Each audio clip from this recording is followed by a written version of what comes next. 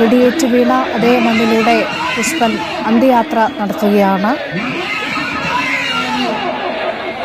Party പ്രവർത്തകരെ സംബന്ധിച്ച് പുഷ്പൻ എന്ന വാക്ക് തന്നെ അതിവൈകാരികമാണ്. അതുകൊണ്ട് തന്നെ അന്ത്യയാത്രയിലും വൈകാരികമായ ഒരു യാത്രയപ്പാണ് അദ്ദേഹത്തിന് പ്രിയ സഖാക്കൾ നൽകുന്നത്. CPM മുതിർന്ന നേതാക്കളൊക്കെ തന്നെയുണ്ട്. ഒപ്പം തന്നെ അനവധി പാർട്ടി പ്രവർത്തകരും അദ്ദേഹത്തിന് അന്ത്യാഭിവാദ്യം അർപ്പിക്കാൻ വഴിയിലുടനീളം കാത്തു നിൽക്കുകയാണ്.